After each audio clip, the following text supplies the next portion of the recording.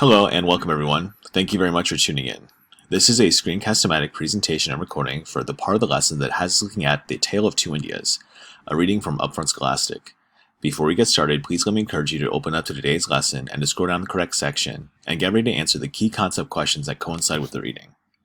Let's go ahead and get started, and remember that you can play any part of this presentation for detail, clarity, or repetition later on. A Tale of Two Indias.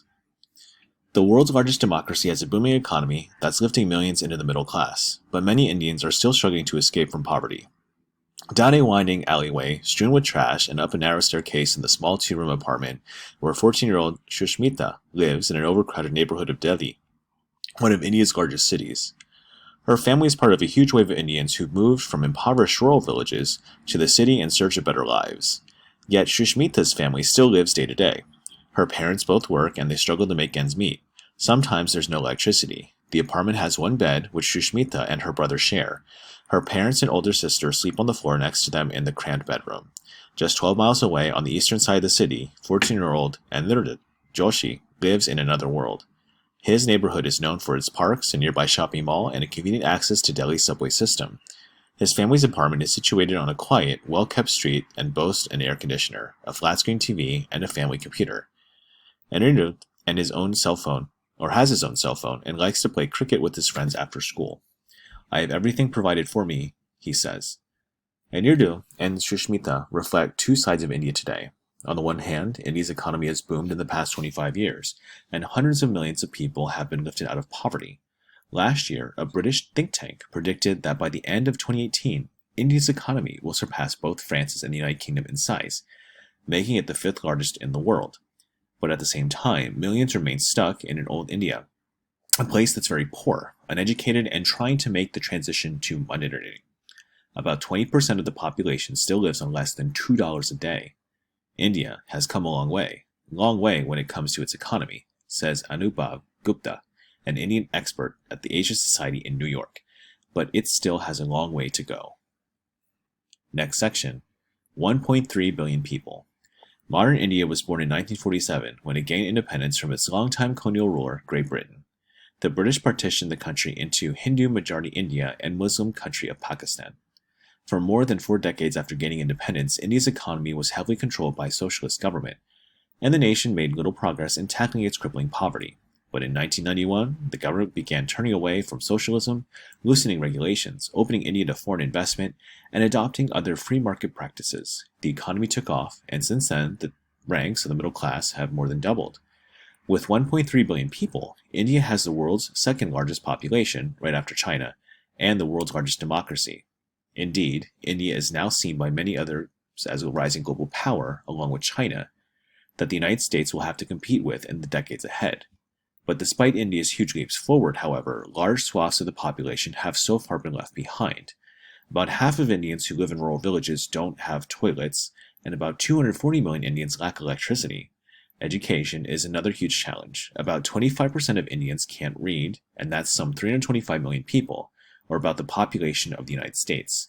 Because it's such a vast country, the challenges are just greater in scale, says Gupta.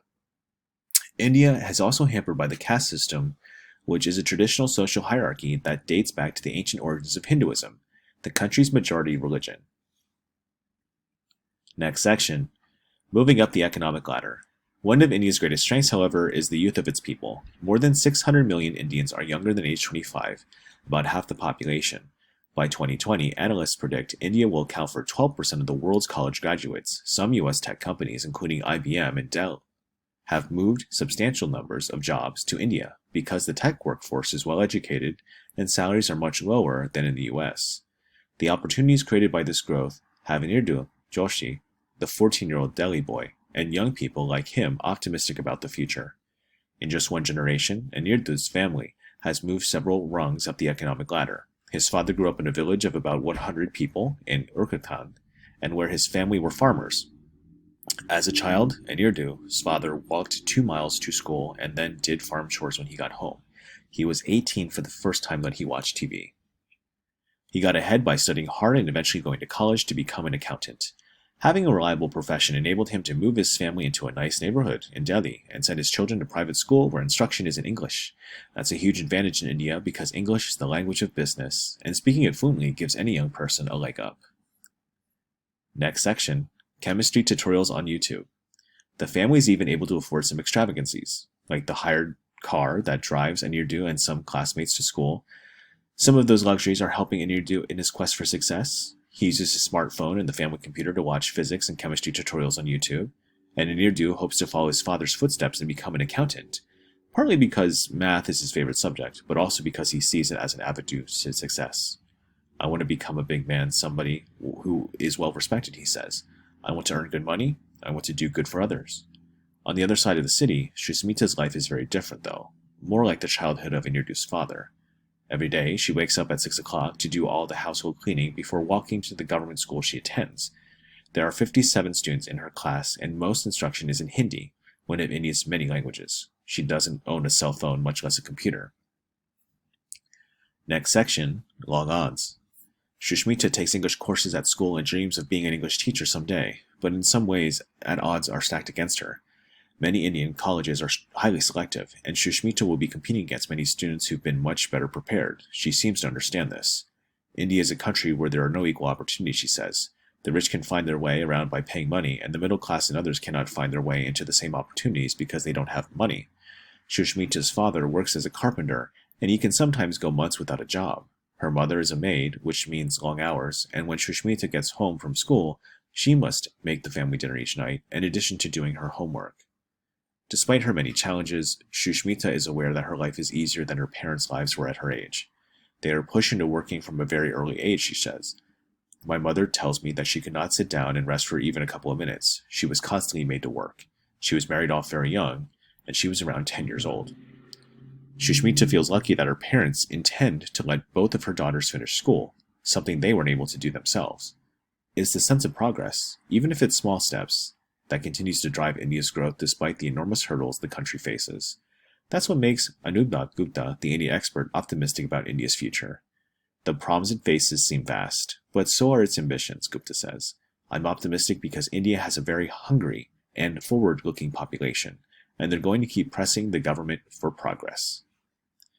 And here's more information about India's caste system that you can see here, which we did talk about and focus on in the lesson on Hinduism.